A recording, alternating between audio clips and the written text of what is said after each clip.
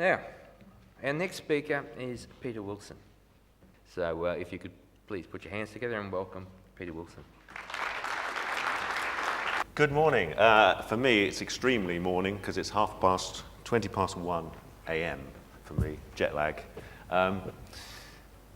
Thank you very much, AIOH, for inviting me over here. Fantastic venue and a lot of dedicated professionals in the room here. We're talking about hand-arm vibration. One of the problems, you're very lucky today. You've had a noise and a vibration presentations back to back. Just how lucky is that? One of the problems with both subjects is they are regarded as technical, and unfortunately this tends to engender a lot of mistakes and misrepresentations and misunderstandings that can have a serious effect on people. So what I'm going to do is just go through some of the myths.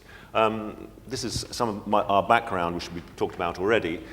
One of the things is, having done loads, we're the major supplier of competency training in hand-arm vibration and noise in the UK, so we see more reports and more risk assessments and more risk management programs than with virtually anybody else. And one of the things I find immensely depressing is on the road shows, the questions that are coming up, hand-arm vibration regulations, do you have to do this, can you do this, why? 10 years later, the same myths and the same mistakes are being made. And that's what this is about.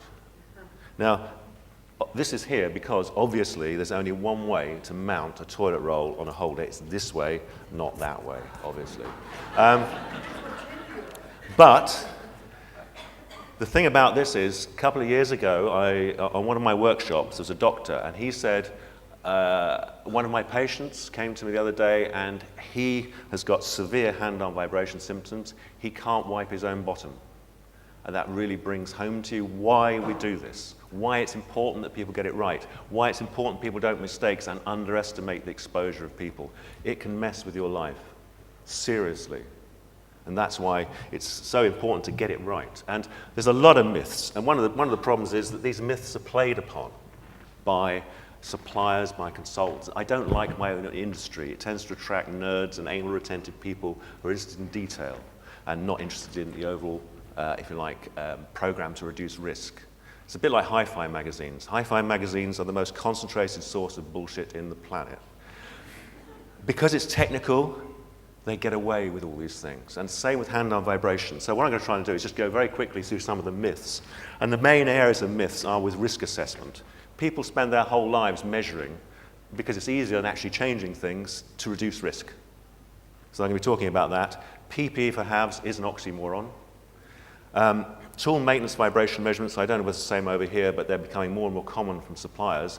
And the vibration values they give you to say, oh, it complies with the manufacturer's declared values and so on, not true in most cases.